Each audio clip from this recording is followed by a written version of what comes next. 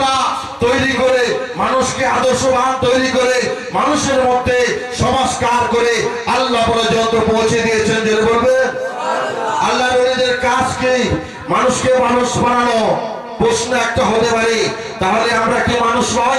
আমরা মানুষ, অবশ্যই আমরা মানুষ, কিন্তু আমাদের কোয়ালিফিকেশন কোথায়?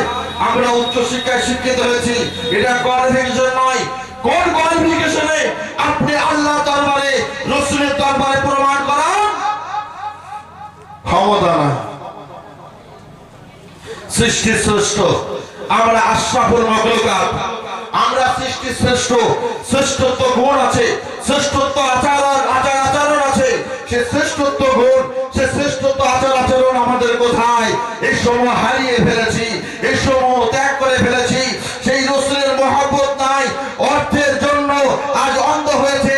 এই হকিকত জ্ঞানের উপরে পর্দা পড়েছে। সত্যকে আমরা আমাদের নিতে না পারায় আজ লাঞ্ছিত, বঞ্চিত, অপমানিত সমাজের কাছে। তাই আল্লাহ নবী এসেছে মুর্শিদাবাদ থেকে সত্যের বাণী শোনাবার জন্য, সত্যের পথ দেখাবার জন্য, সঠিক পথ দেখাবার জন্য, উদারনীতি দেখাবার জন্য, সম্প্রীতি, সমন্বয়, ভ্রাতৃত্ববোধের রাস্তা দেখিয়ে আল্লাহ এবং আল্লাহ পর্যন্ত পৌঁছাবার জন্য আমরা যদি সেই পথ চলতে পারি, সেই পথ অবলম্বন করে যদি চলতে পারি, তাহলে আমরা কামিয়াবি হয়ে যাব, আমরা সত্যবাদী হয়ে যাব, আমরা আমাদের আলাপি যিকরিল্লাহ আইনুল গুলো এটা জিন্দা হয়ে যাবে।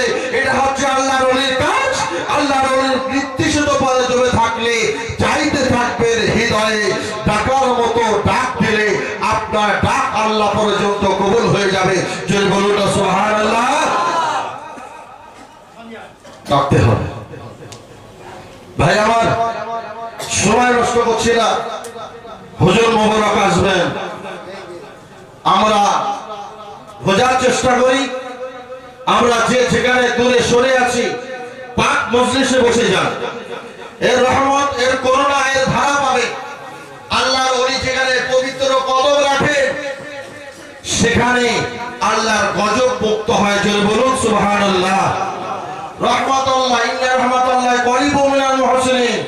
সেই রহমতের ছায়াতলে যদি আমরা থাকতে পারি, আমাদের জীবনকে যদি কায়েম করতে পারি, সেই পথ অবলম্বন যদি করতে পারি, সেই রহমত যদি আমার ধারায় আসে, আমার জীবন পরিপূর্ণ হয়ে যাবে, আমার জীবন পরিচ্ছন্ন হয়ে যাবে, আমার জীবন পবিত্র হয়ে যাবে, আমার জীবন প্রকৃত গোলাম আল্লাহ এবং আল্লাহ রাসূলের পথে আমাদের জীবনকে চালিত এবং সেই পথে আজীবন রাখতে পেরে আমরা চলতে পারি এবং বোঝার মতো তৌফিক আল্লাহ পাক রব্বুল আলামিন আমাদের সকলকে দান করেন। সকলে বলুন আমিন সুম্মা আমিন।